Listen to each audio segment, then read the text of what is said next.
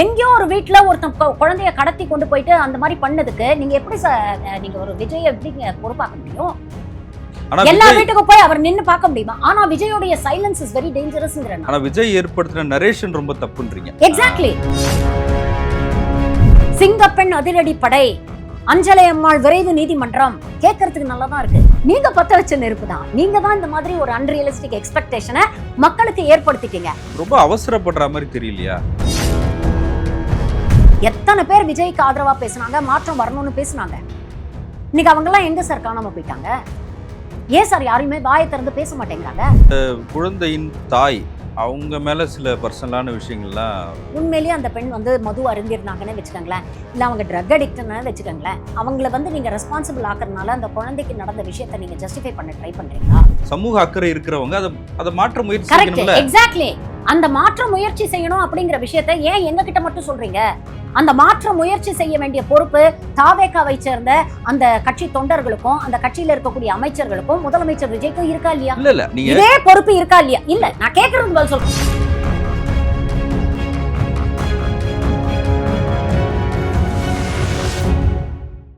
South beat அன்பு உறவுகளுக்கு வணக்கம். நான் ஃபெலிக்ஸ் இன்பஒளி. இந்த நேர்காணலில் நாம் சந்திக்கிருப்பவர் மருத்துவர் ஷர்மிளா அவர்கள். வணக்கம். வணக்கம் தோழர். தாவேகா ஆட்சி பொறுப்பேற்று 15 நாட்கள். இந்த 15 நாட்கள்ல புதிய தலைமுறை செய்தி வெளியிட்டிருக்கிறாங்க. 25 கொலைகள், 4 இரட்டை கொலைகள், 19 பாலியல் குற்றங்கள் அப்படின்றத செய்தியாக்கியிருக்காங்க. முதலமைச்சர் விஜய் என்ன செய்ய போகிறார் அப்படின்னு கேள்வி எழுப்பியிருக்காங்க. ஆட்சிக்கு 15 நாட்கள் தான் ஆகுது அப்படின்ற ஒரு பக்கம் ஒரு வாதத்தை வைக்கிறாங்க. இன்னொரு பக்கம் மக்கள் ஒரு பெரிய எதிர்பார்ப்புல இருந்திருக்கிறாங்க. ஒரு ஒரு திரைப்பட கதாநாயகன் எங்களுக்கு ஒரு கஷ்டம்னும் போது அவர் உடனே எப்படி செயல்படுவாருன்னு நாங்கள் எதிர்பார்த்தோம்.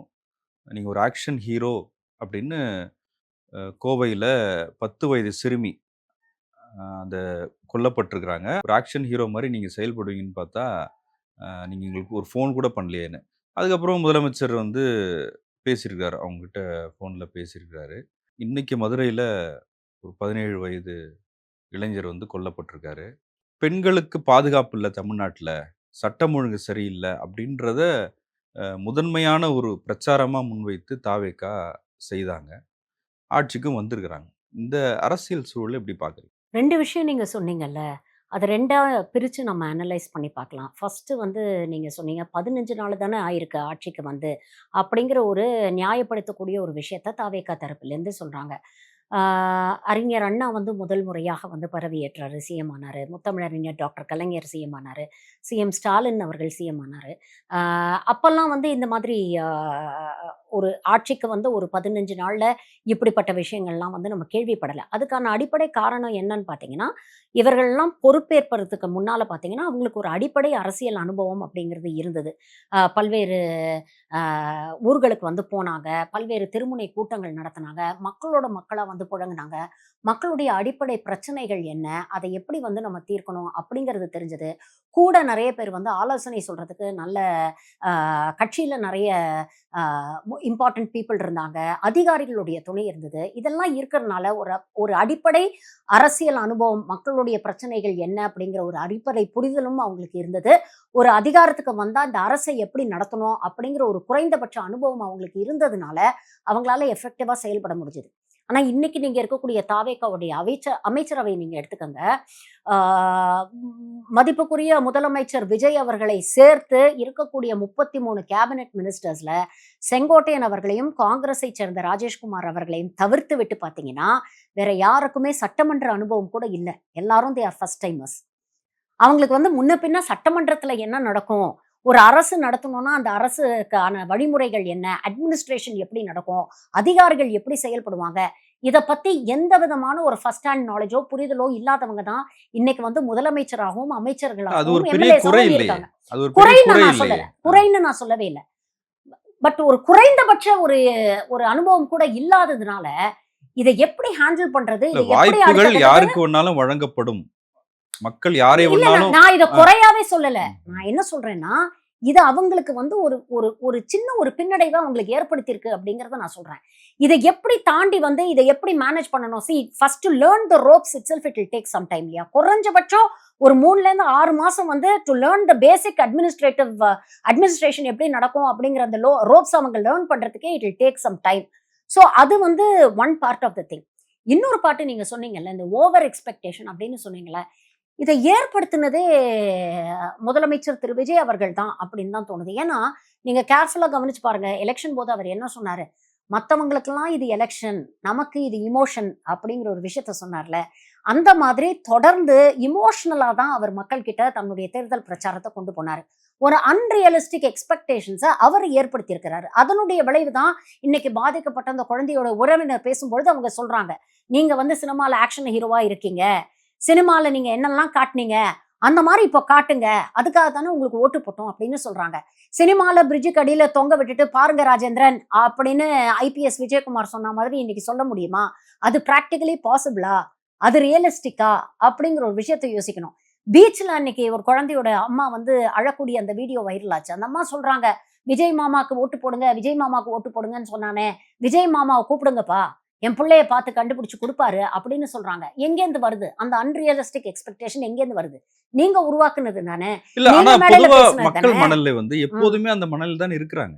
ஒரு ஒரு யாராவது ஒருத்தர் வந்து நம்மள கஷ்டத்தெல்லாம் தீர்த்துருவாரு. ஒரு ஹீரோ வருவாருன்றது தானே சமூக மனநிலை இருக்கு. இல்ல, இல்ல. அ அப்படிப்பட்ட ஒரு மனநிலை வந்து பெரும்பாலும் தமிழக அரசியல்ல வந்து நம்ம பார்க்கல. அப்படிப்பட்ட ஒரு ஒரு சேவியர் வருவாங்க அப்படின்னு நெனச்சிருந்தா, இருபெரும் திராவிட கட்சிகளுக்கு மாற்றாக பல்வேறு காலகட்டங்கள்ல பல்வேறு நபர்கள் வந்தாங்கல்ல. அவங்களுக்கெல்லாம் விஜய்க்கு கிடைச்ச ஒரு ரெஸ்பான்ஸ் வந்து கிடைக்கலல்ல.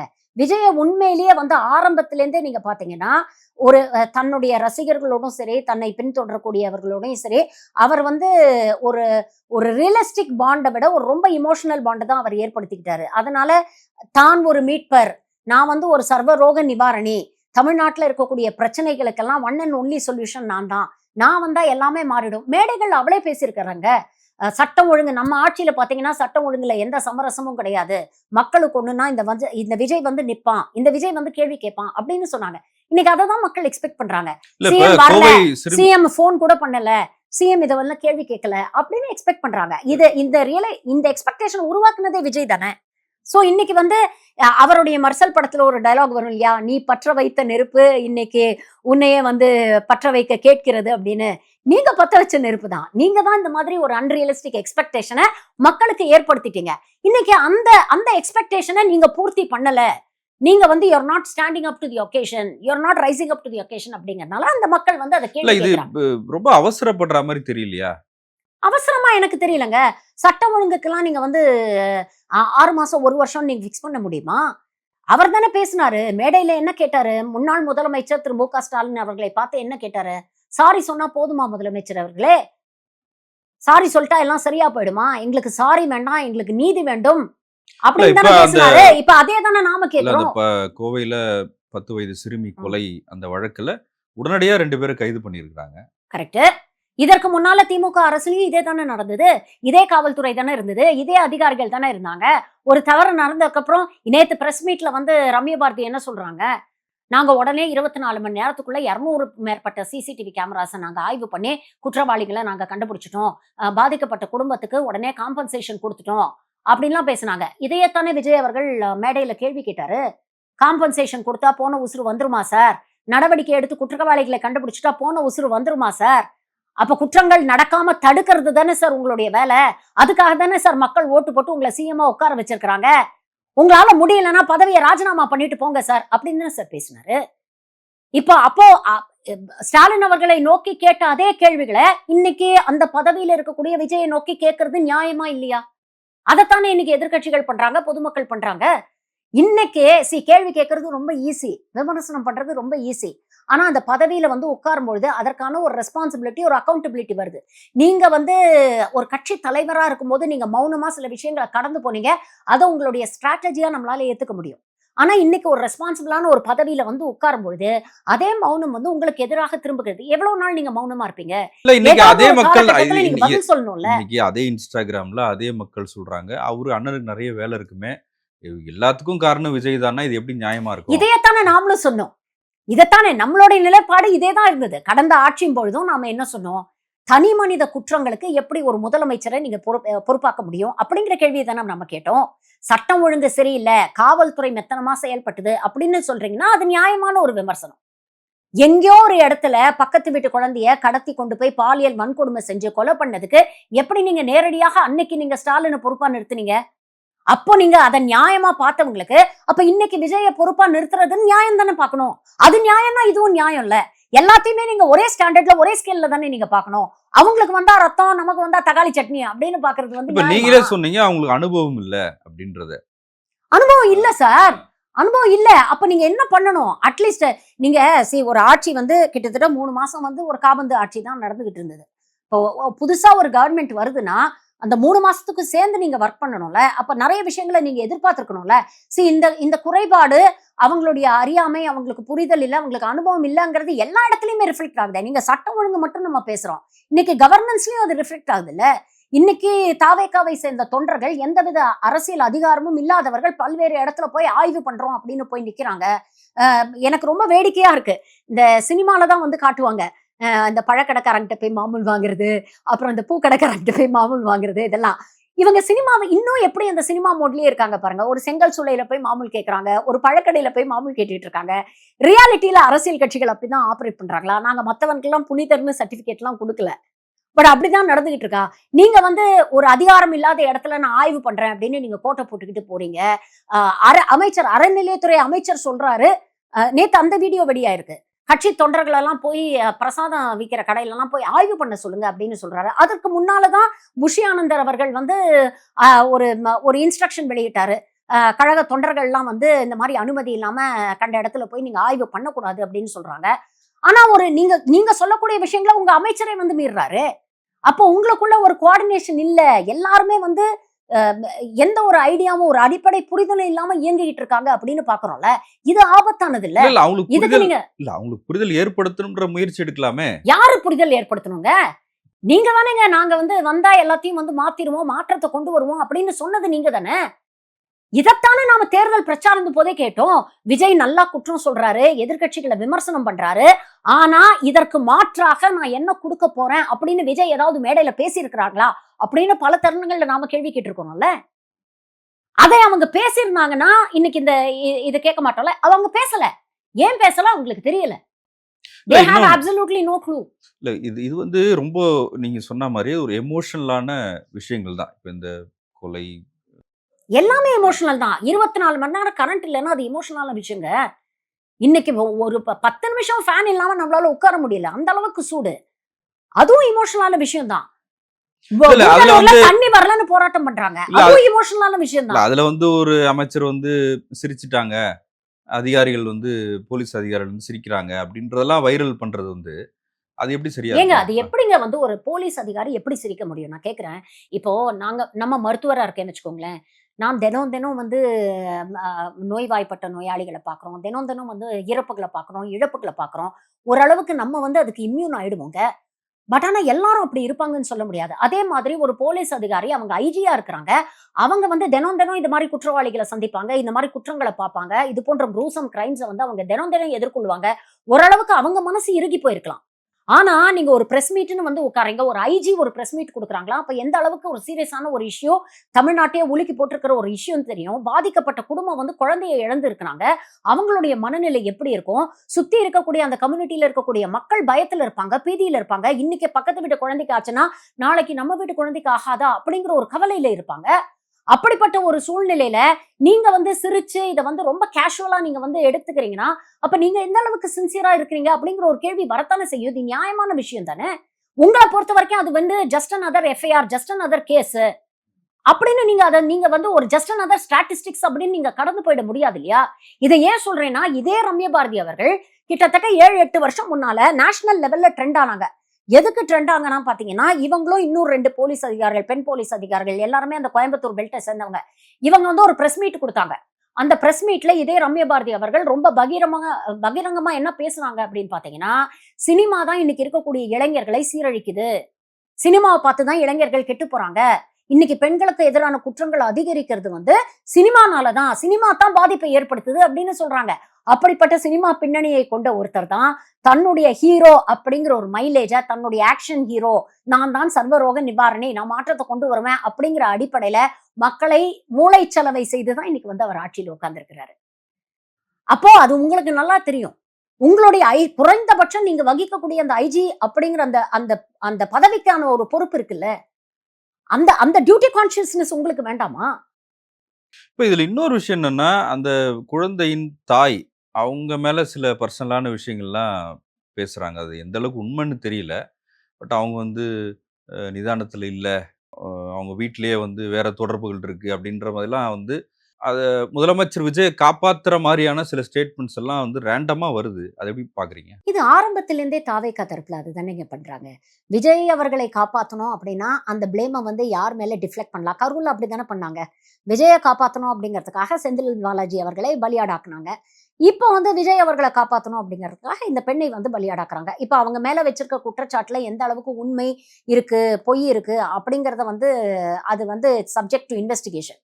ஸோ அத பொறுத்து தான் நம்ம வந்து டிசைட் பண்ண முடியும். பட் அதெல்லாம் ஒதுக்கி வச்சுட்டு ஒரு கேள்வி கேட்கிறேன். உண்மையிலேயே அந்த பெண் வந்து மது அருந்திருந்தாங்கன்னு வச்சுக்கோங்களேன். இல்ல அவங்க ட்ரக் அடிக்ட்ன்னு வச்சுக்கோங்களேன். இப்ப அவங்கள வந்து நீங்க ரெஸ்பான்சிபிள் ஆக்குறதுனால அந்த குழந்தைக்கு நடந்த விஷயத்த நீங்க ஜஸ்டிஃபை பண்ண ட்ரை பண்றீங்களா? இந்த அம்மா இப்படி இருந்ததுனால தான் அந்த குழந்தைக்கு நடந்ததுன்னு நீங்க ஜஸ்டிஃபை பண்ண முயற்சி பண்றீங்களா? ஒருவேளை தாய் இல்லாத பிள்ளையா இருந்திருந்தா அந்த குழந்தையோட பாதுகாப்பு யாருடைய பொறுப்பாக இருந்திருக்கும்? அப்ப நீங்க யார பலிகடா ஆக்கியிருப்பீங்க? யார நீங்க வந்து நிப்பாட்டியிருப்பீங்க? இப்ப நீங்க தானே சிங்கப்பெண் அதிரடி படைன்னு ஒண்ணு அமைக்கிறோம் அப்படின்னு சொன்னீங்க. அப்படிப்பட்ட ஒரு அதிரடி படை அமைச்சதுக்கு அப்புறம் திருச்சி ஐஜி ஆபீஸ் வாசல்ல ஒருத்தன் வந்து ஒரு பெண்ண வந்து கழுத்த நெரிச்சு முகத்தை வந்து சேதப்படுத்தினால ஒரு கல்ல வச்சு. ஐஜி ஆபீஸ் வாசல்ல அத்தனை போலீஸ்காரங்க இருக்கும்போது தானே சார் நடக்குது. அப்ப என்ன சார்? அப்போ அப்ப இதுக்கு யார வந்து நீங்க வந்து குற்றம் சொல்ல போறீங்க? யார் மேல வந்து இந்த ரெஸ்பான்சிபிலிட்டிய வந்து ஏத்த போறீங்க?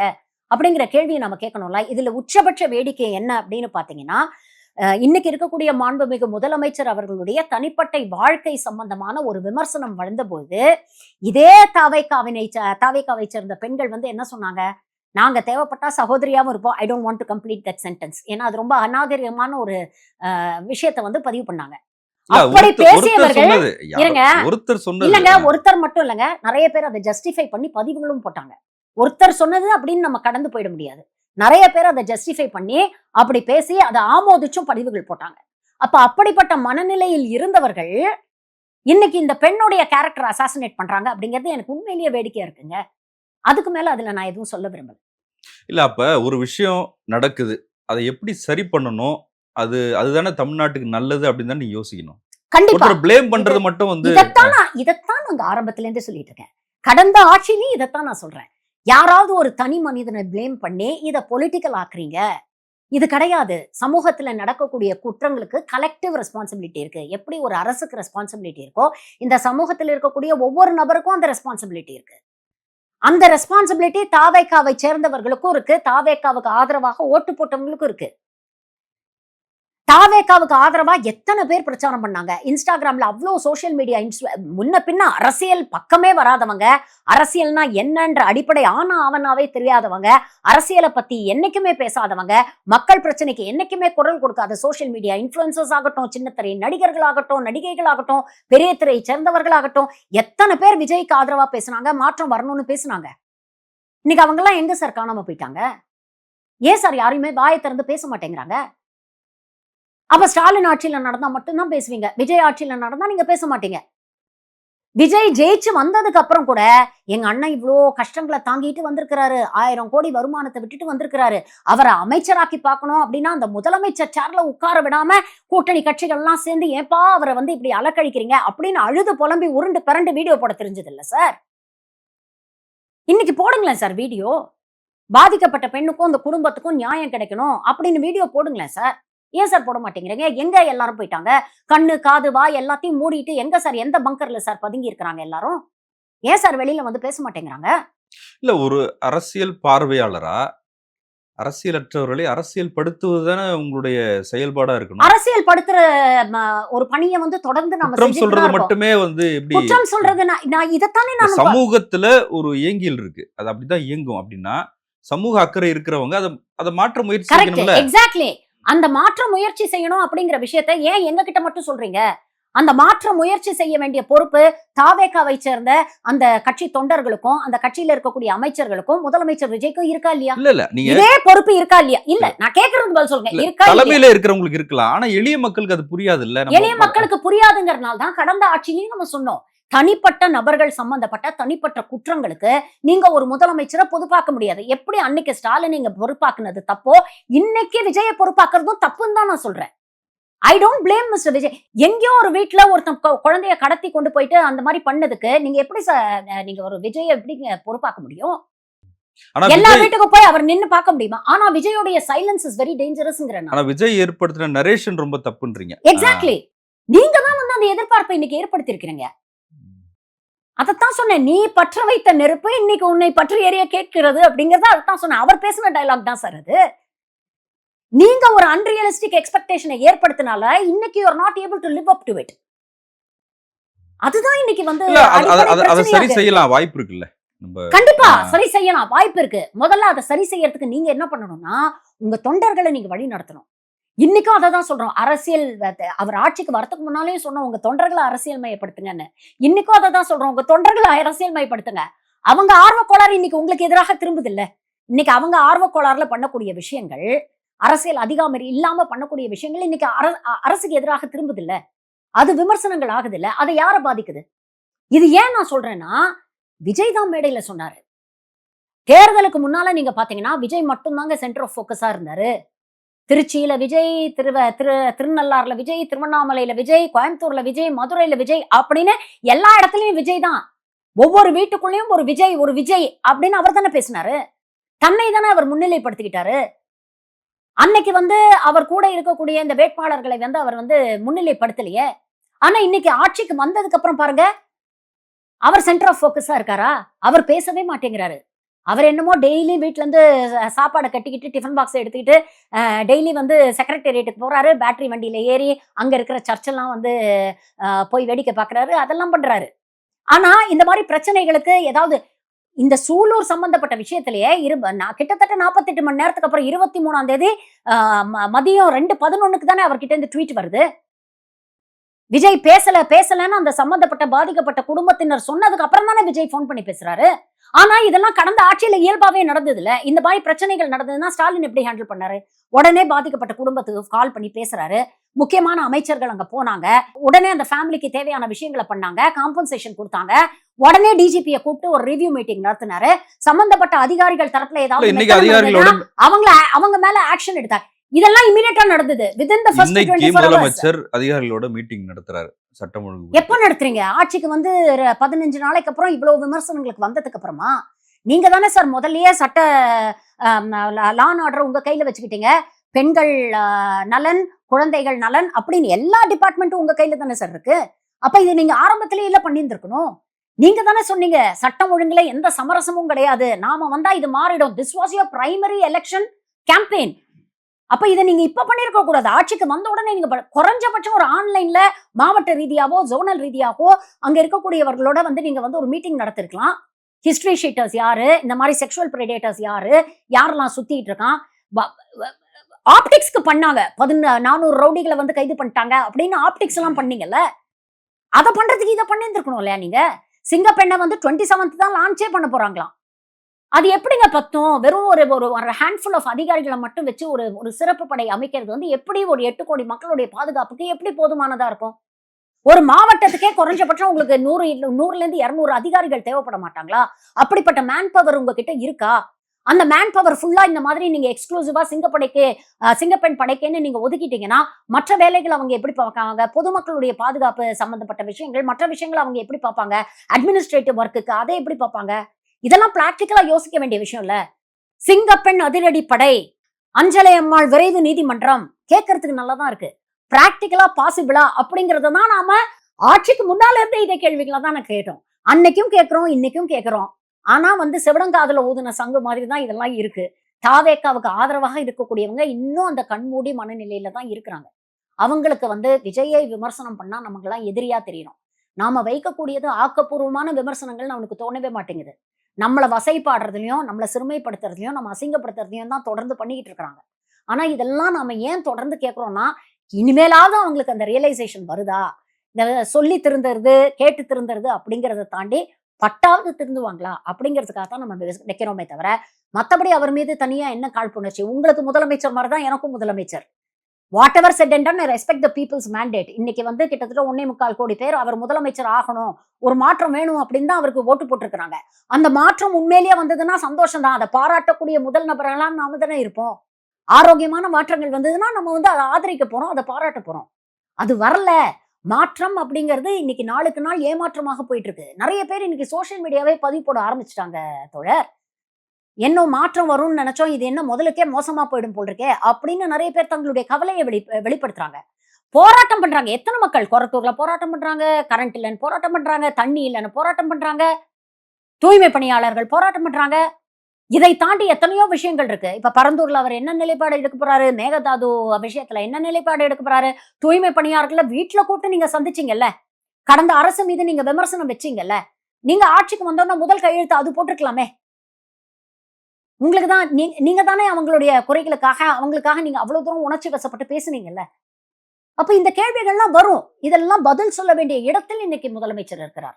அப்படி இருந்தும் அவர் பதில் சொல்லல அப்படிங்கிறது தான் இன்னைக்கு மிகப்பெரிய ஒரு கேள்வியா இருக்கு. நன்றி. உங்களுடைய நேரத்துக்கு மிக்க நன்றி. Thank you.